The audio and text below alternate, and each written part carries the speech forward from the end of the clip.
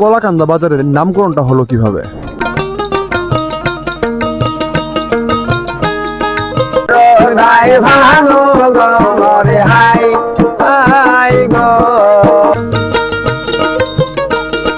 দোহর পাড়া, পাড়া, তেঁতুলতলি, ঘাড়ি পাড়া, চহাচর, ভাত খা, আম খা, নমিয়ার হাট, বক্সুঞ্জার মানুষ, চর বাহাদুরা বাজার মানুষ, তারপরে ওই যে চরের মানুষ, এইসব এলাকার মানুষ এই রোড দিয়ে যাওয়া আসা করে।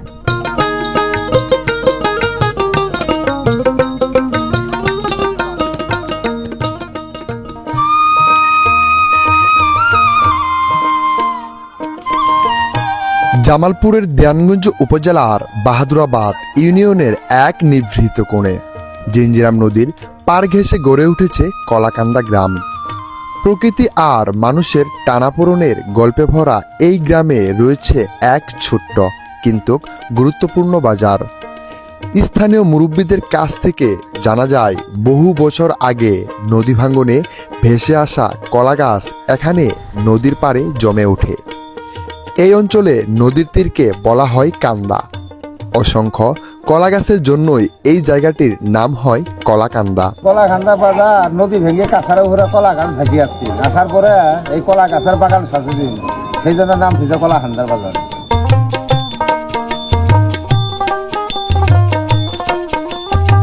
90 দশকের আগের দিকে স্থানীয় মানুষের উদ্যোগেই এখানে গড়ে ওঠে ছোট্ট একটি বাজার। কয়েকটি দোকান দিয়ে শুরু হলেও এখানে আজ শতাধিক দোকান রয়েছে। সরকারি তালিকাভুক্ত এই বাজার থেকে প্রতি বছর লাখ টাকারও বেশি রাজস্ব ওঠে। প্রতি বাৎসরিক কত টাকা ডাক হয়? বাৎসরিক ডাক হচ্ছে এবছর হচ্ছে 1,30,000 টাকা। প্রতি রবিবার ও বুধবার হাটের দিন হলেও প্রতিদিনই বসে বাজার। কৃষি নির্ভর এলাকার মানুষ নিয়ে আসেন তাদের ফলানো শাক সবজি, তরিতরকারি আর খাঁটি গরুর দুধ। বিকালের দিকে ক্রেতা বিক্রেতাদের ভিড়ে মুখরিত হয়ে ওঠে চারপাশ। ভালো করে কও, তুমি কও কয়টা হলে দিবা, তুমি কও। আচ্ছা 80 টাকা। মানুষ শুধু কেনাকাটার জন্যই এখানে আসে না, আসে আড্ডার টানে। চায়ের দোকানে জমে উঠে খোশ গল্প, হাসি আর গল্পগুজব। এই বাজার যেন মানুষের সামাজিক জীবনেরও কেন্দ্র। এক চায়ের দোকানের উঠানে পাটি বিছিয়ে আমি দেখেছি এক অদ্ভুত দৃশ্য। দুতরা হাতে এক অন্ধ মানুষ, পাশে ঢোল। তিনি গাইছেন পুরানো গ্রামীণ কিচ্ছা গান। চারপাশে মানুষ মুগ্ধ হয়ে শুনছে সেই সুর। মনে হলো আবহমান বাংলা যেন আবার ফিরে এসেছে এই সঙ্গীতে।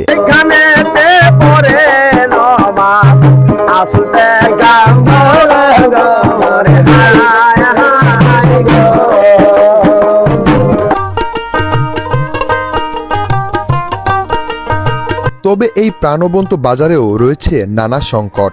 বাজার কমিটি জানায়, সরকারি জায়গা থাকলেও নেই শেড ঘর, নেই টয়লেট, নেই টিউবওয়েল।